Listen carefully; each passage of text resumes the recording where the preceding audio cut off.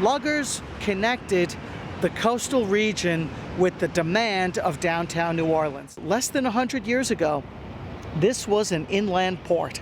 We have photographs to this day of luggers lined up side by side here with workers here, unionized unloaders discharging the oysters from here, putting them on drayage and getting them to the downtown markets. Ahead of me is the French Quarter, 10 blocks of the Mississippi River. Behind me over here, about 2 miles, is Bayou St. John, connecting with Lake Pontchartrain.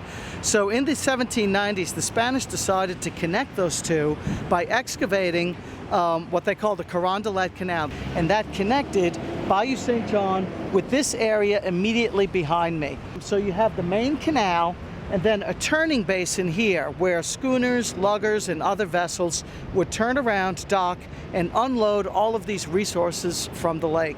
Probably most significantly, lake oysters.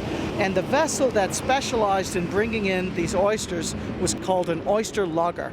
It was a small sailboat with a rounded hull, and its most distinctive feature was what was called a lug sail. What was so effective about it was that the boom was mounted to the mast with a very loose connection, such that you could swing that boom around like 180 degrees.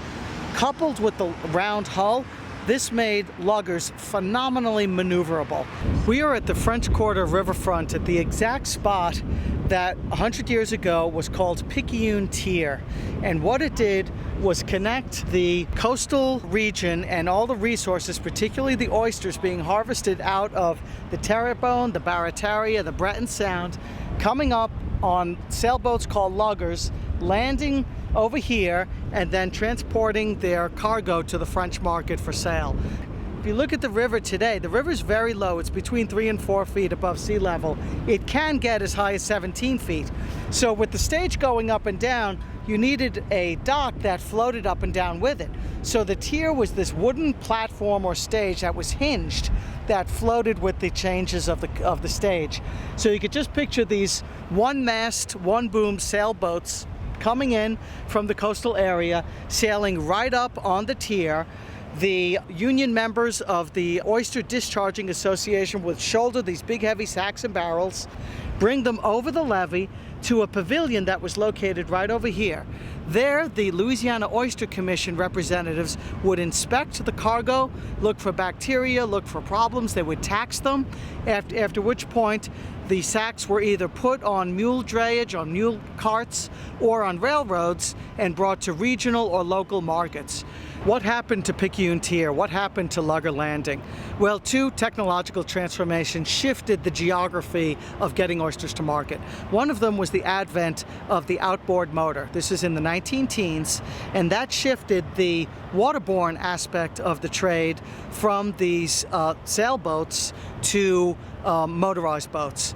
The other aspect was the development of trucks and highways, and that shifted the route to market of these oysters from waterborne areas to places like Picayune Tier, to highways, to places such as P&J's on Rampart Street, at which point trucks arrive and the distribution is throughout city restaurants today. There were oyster saloons everywhere, I mean almost on every corner. It wasn't until trains were introduced, canning practices, you know, that you could can the oysters, steam them, and then ship them around the country.